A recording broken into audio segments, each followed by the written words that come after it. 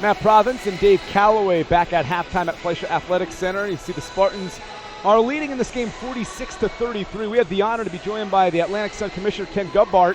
And Ted, first of all, it's a pleasure to have you here in Newark. And I want to know what was behind the reasoning or the appeal of bringing NJIT into the league.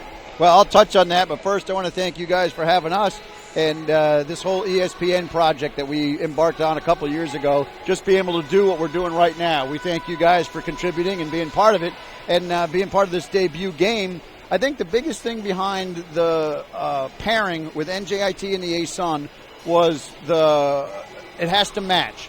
And once we looked closer at it, we always were impressed with the school, the student body, the academics, and the way the operation is, but it's a geographic difference.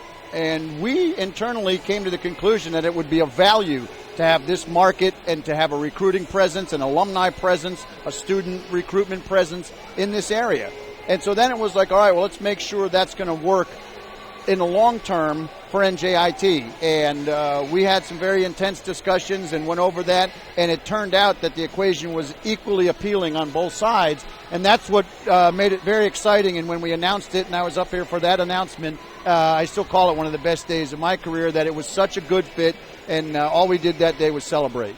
Well, Ted, talk about NJIT had a terrific run last year in the CIT, going all the way to the semifinals. And the Atlantic Sun, this is prior to them being a member, nothing new playing in postseason and having a lot of success in the CIT and the NCAA tournament. No, absolutely. That's one of the things that fans wanted to know. I said, are they eligible immediately? And NJIT, we said, absolutely. Men, women, and the way we do our tournament, that if you finish in the top 4, you'll host a first-round game. And maybe if you're the top 2 and win, you could host a semifinal. And if you're the regular season champ, you have a chance to host all the way through. And we think that's the way to do it. And we've focused the last 5 years really on maximizing postseason play. So CIT appearances, we've done very well. We've won a lot of home games. And in the NCAA as well. We've had the FGCU. And then when Mercer was in the league, beat Duke, of course. And last year it was oh so close. UNF had a 13-point lead and couldn't hold on against Robert Morris. But I think we're going to have a tremendous year. And if you look at the first half of this game, I think every A-Sun game is going to be a tight one, and it'll be a lot of exciting basketball. Well, it's exciting. We're looking forward to having you back, but you got to bring some mojo here now. We need to come back and win this thing for the fans at Fleischer Athletic Center.